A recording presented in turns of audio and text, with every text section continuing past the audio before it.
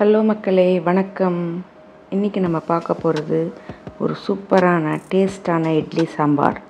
இது ரொம்ப ஈஸியாக 10 நிமிஷத்தில் குக்கரில் சுலபமாக நம்ம செஞ்சிடலாம். எப்படி செய்யலான்னு இப்போ நம்ம பார்க்கலாம். வாங்க வீடியோக்குள்ளே போகலாம். இந்த சாம்பார் செய்கிறதுக்கு 50 கிராம் துவரம்பருப்பு, 50 கிராம் பயத்தம்பருப்பு ரெண்டுத்தையும் 2 தடவை அலசி தண்ணியில் ஊற வச்சுக்கணும். 2 கைப்பிடி சின்ன வெங்காயம் எப்படி ஈஸியாக உரிக்கிறதுன்னு வீடியோ எண்டில் ஆட் பண்ணியிருக்கேன், பாருங்கள். சின்ன வெங்காயம் உரிக்கிற நேரம் பருப்பு ஊறினா போதும். ஒரு குக்கரில் பருப்பை இது மாதிரி சேர்த்துக்கிட்டு ஒரு பாத்திரம் நடுவில் வச்சு சுத்தம் செஞ்சு வச்சுருக்கிற சின்ன வெங்காயம் 2 கைப்பிடி சின்ன வெங்காயம் இந்த பாத்திரத்தில் சேர்த்துக்கலாம். நறுக்கி வச்சுருக்கிற தக்காளி 2 தக்காளி வெங்காயத்துக்கு மேலே சேர்த்துக்கலாம்.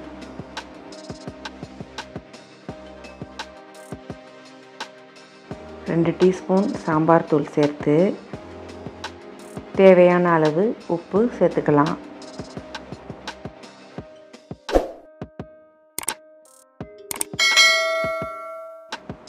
பருப்பு வேக வைக்கிறதுக்கு இப்போ நான் தண்ணி சேர்த்துக்கிறேன். நான் 1.25 கப் தண்ணி யூஸ் பண்ணியிருக்கேன். 1 பங்கு பருப்புக்கு 2 பங்கு தண்ணி, இதான் அளவு.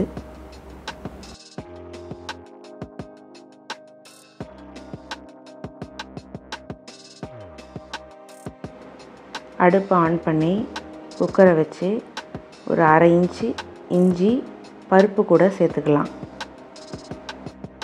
உப்பு காரம் எல்லாம் சேர்த்தாச்சு. இப்போது குக்கரை மூடி 2 விசில் ஹை ஃப்ளேமில் வச்சுக்கலாம்.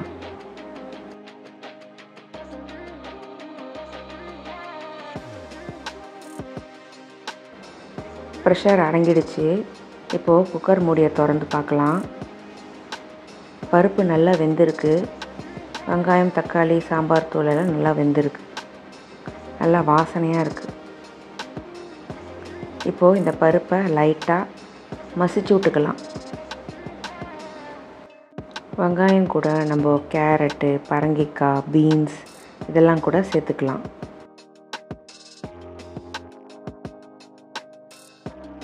அடுப்பு ஆன் பண்ணி குக்கரை வச்சு இப்போது இந்த வெங்காயம் தக்காளி அதில் சேர்த்து 2 நிமிஷம் கொதிக்க விடலாம். சாம்பார் ரொம்ப கெட்டியாக இருக்குது. நான் இன்னொரு டம்ளர் தண்ணி ஆட் பண்ணிக்கிறேன். சாம்பார் 2 நிமிஷம் கொதிக்கட்டும். இப்போது ஒரு 2 டீஸ்பூன் டாப்பிங் பவுடர். இந்த பவுடர் எப்படி செய்யணும்னு நான் டிஸ்கிரிப்ஷன் பாக்ஸில் லிங்க்ஸ் கொடுக்குறேன், பாருங்கள். இந்த பொடி எப்படி செய்யணுன்றதை நான் நெக்ஸ்ட் வீடியோவில் அப்லோட் பண்ணுறேன், பாருங்கள். இந்த பொடி கூட கொஞ்சமாக தண்ணி சேர்த்து இதை கரைச்சி கொதிக்கிற சாம்பாரில் இதை சேர்த்து கொதிக்க வைக்கணும். ஒரு நல்ல வாசம் வரும். ஹோட்டலில் நம்ம சாப்பிடும்போது சாம்பாரில் ஏதோ அரைச்சி விட்ருக்காங்கன்னு நமக்கு தோணும். அந்த சீக்ரெட் பொடி இதுதான். பருப்பும் சேர்ந்துருக்கிறதுனால அப்பப்போ கிளறி விடணும். இப்போ இந்த சாம்பாருக்கு தாளிச்சிக்கலாம். ஒரு தாளிக்கிற கரண்டியில் 2 டீஸ்பூன் கடலை எண்ணெய் சேர்த்து எண்ணெய் காஞ்சதும் கடுகு சேர்த்துக்கலாம்.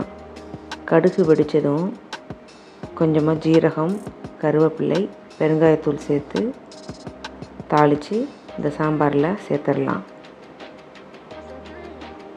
அலங்கரிக்க கொத்தமல்லி தழை வேணால் சேர்த்துக்கலாம். சூப்பரான டிஃபன் சாம்பார் ஹோட்டலில் சாப்பிட்ற மாதிரியே சூப்பர் டேஸ்ட்டில் இருக்கும். ட்ரை பண்ணி பாருங்கள். மறக்காமல் உங்கள் கமெண்ட்ஸை பதிவு பண்ணுங்கள். சின்ன வெங்காயம் ஈஸியாக எப்படி உரிக்கலான்னா, ஒரு பாத்திரத்தில் 2 கைப்பிடி சின்ன வெங்காயம் எடுத்துக்கிட்டு ஒரு 2-3 க்யூப் ஐஸ் க்யூப்ஸ் போட்டு தண்ணி ஊற்றி வச்சுட்டா உரிக்கும் போது ஈஸியாக இருக்கும்.